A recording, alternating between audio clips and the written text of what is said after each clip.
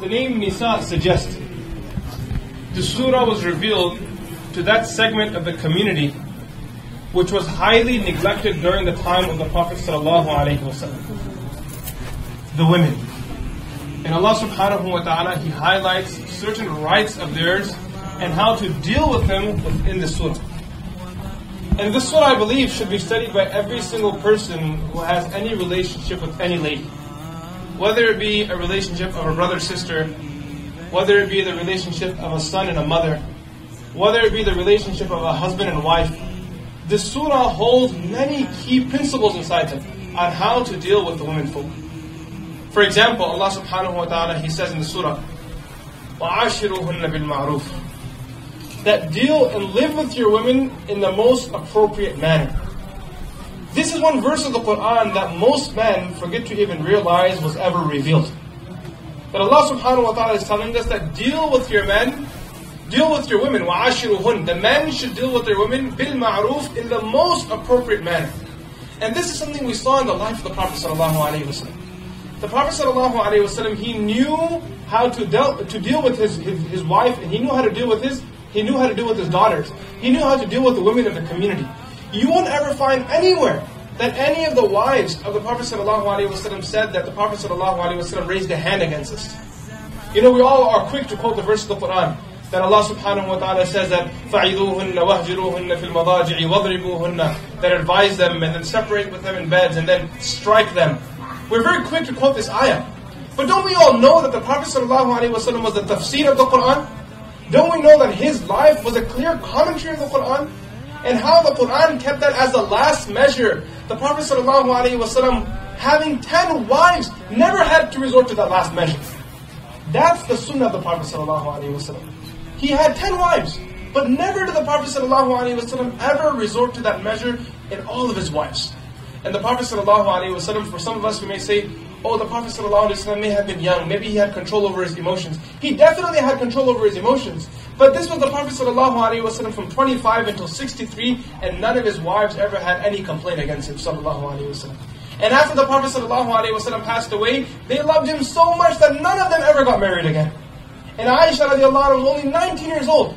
And out of the love of the Prophet ﷺ, none of the wives of the Prophet ﷺ ever got married again. Because they knew there was no one that could ever fill in the place of the Prophet Muhammad ﷺ. You know, to show you how the Prophet ﷺ dealt with his wives. One day the Prophet ﷺ says to Aisha radiallahu anha, that I know when you're happy with me and I know when you're angry with me. And she says, how do you know? No, any wife in the world, if the husband was to say, I know when you're happy with me, I know when you're angry with me, every wife in the world can say, I know when you're happy, I know that too. Because when you're angry with me or when I'm angry with you, you're shouting at me. And when I'm happy with you and you're happy with me, we're hugging and kissing each other. So Aisha radiallahu anha, she didn't realize what the difference was between the Prophet ﷺ, when she was happy with him and when she was angry with him. You guys understand the point that I'm making here? Right? That's why she asked, how do you know? Because the Prophet ﷺ, he reacted to her, whether she was happy or angry, in the very same way. His temperament didn't change. So now she's thinking that I've never seen your temperament change when I'm angry with you or when I'm sad with you. So how do you know that when I'm angry and sad? And then the Prophet ﷺ said that when you're happy with me, then you say, I swear by the Lord of Muhammad. And then when you're angry with me, you say, I swear by the Lord of Ibrahim. Right? The Prophet ﷺ says that that's how I know that when you're angry with me and when you're sad with me. But from the Prophet ﷺ side, there was no change. It was the exact same thing. The Prophet ﷺ knew how to deal with things. One of the wives of the Prophet ﷺ sends food to the Prophet ﷺ while he's at another wife's house. And that wife, when she sees the food come to her house, she picks up the bowl and she smashes it on the ground. She says, how dare you send food on my day? Do you think I can't cook? And the Prophet ﷺ, what does he do? Does he get mad at her, get her in a choke lock, and start beating her? Like we always like referring to that ayah, right? Is that what he does? No, the Prophet ﷺ, he says to her, okay. He then calls the man who brought the food, wait here. He cleans up the food, whatever remains are left, he says, take this back and buy another bowl on the way back home. This is what you call a husband. This is what you call a man. We want to follow his sunnah in the masjid, great, let's do that. We want to follow his sunnah in our beards, in our gowns, and in our caps, let's do that. But not forget to follow the sunnah of the Prophet ﷺ with his wives. How the Prophet ﷺ was raising Aisha radiallahu anha.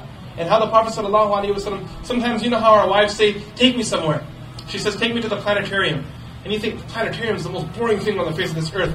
Why do you want me to go there? Let's go to Six Flags or something. That's what guys think, right? And she says, let's go to the mall. And you think, I don't want to go to the mall. Sometimes your wives tell you to go to places where you don't want to go. Have you ever experienced that in your life?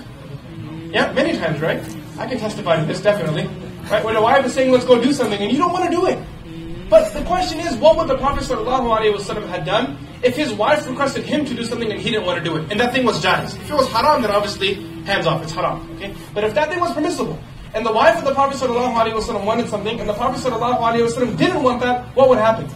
The hadith is in Sahih al-Bukhari, where the Prophet Aisha radiallahu anha says that it was the day of Eid, and the Abyssinian men were playing a sport. And Aisha radiallahu anha said, O Messenger of Allah, I wish to see them play.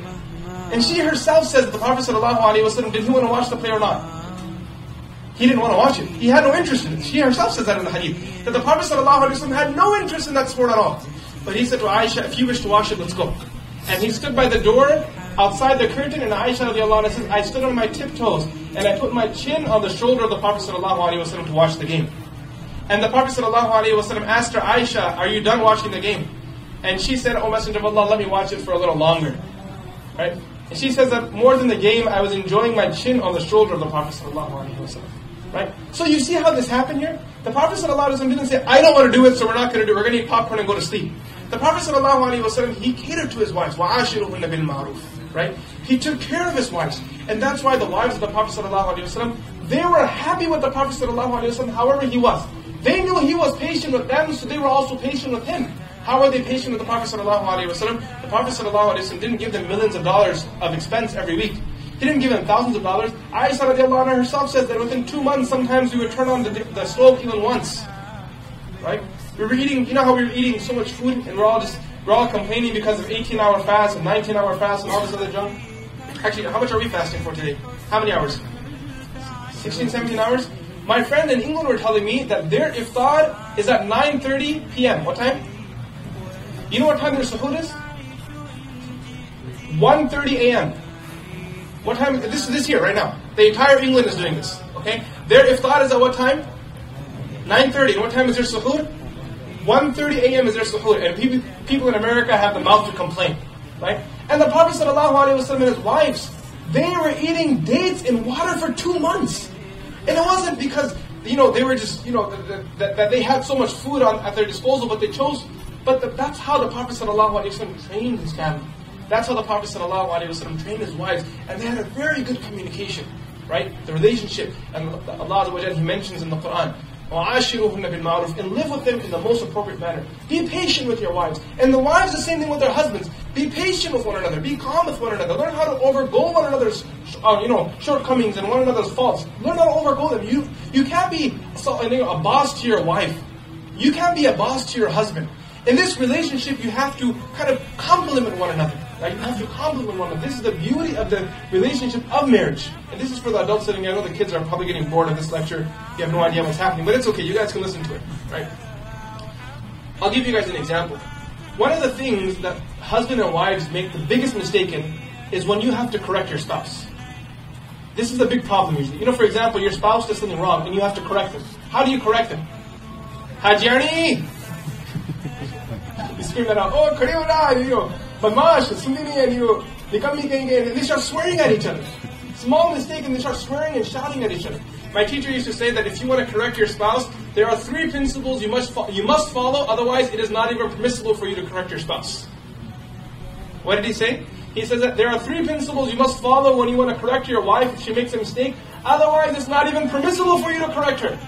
And what are the 3 principles? And not only with husband and wife, this is with anyone. Father and child, teacher and student, imam with muqtadi. If you ever want to correct anyone, there are 3 principles of Amr bil Ma'ruf and Nahy anil Munkar which you must follow, otherwise it's not even jaiz to correct a person. Number 1, you never correct someone when you're angry. We only correct people because we're angry. Number 2, you never correct people in front of others. You correct them secretly. And the 3rd thing, never say you, always say we. So rather than saying you read salah wrong, say that we should correct our salah. Because when you say you to someone, you're making them feel bad. You not know the story of Hassan and Hussain radiallahu ta'ala anhuma. They went to this old man who wasn't doing wudu properly. Rather than saying you're doing wudu wrong, they said watch us do wudu and correct us in our mistakes. And then this old man, when he saw them doing wudu, he started crying and he said, I know what you're doing, you're teaching me wudu. I was the one that was doing wudu wrong, you're not making any mistakes. Learn how to correct people. وَعَاشِرُوهُنَّ بِالْمَعْرُوفِ. And then in that very same verse, Allah subhanahu wa ta'ala then says, فَإِن كَرِهْتُمُوهُنَّ. If there's something you dislike about your wife, if there's something you dislike about her, then remember, فَعَسَىٰ أَن تَكْرَهُوا شَيْئًا وَيَجْعَلَ اللَّهُ فِيهِ خَيْرًا كَثِيرًا. That sometimes you may dislike something, but Allah will put good inside there. Right? Sometimes you may dislike something about your wife, but ultimately, فَعَسَىٰ أَن تَكْرَهُوا شَيْئًا وَيَجْعَلَ اللَّهُ فِيهِ خَيْرًا كَثِيرًا. And Allah subhanahu wa ta'ala will put abundant good inside that thing that you dislike. So remember to be kind to your wives. Remember to be kind to your mothers.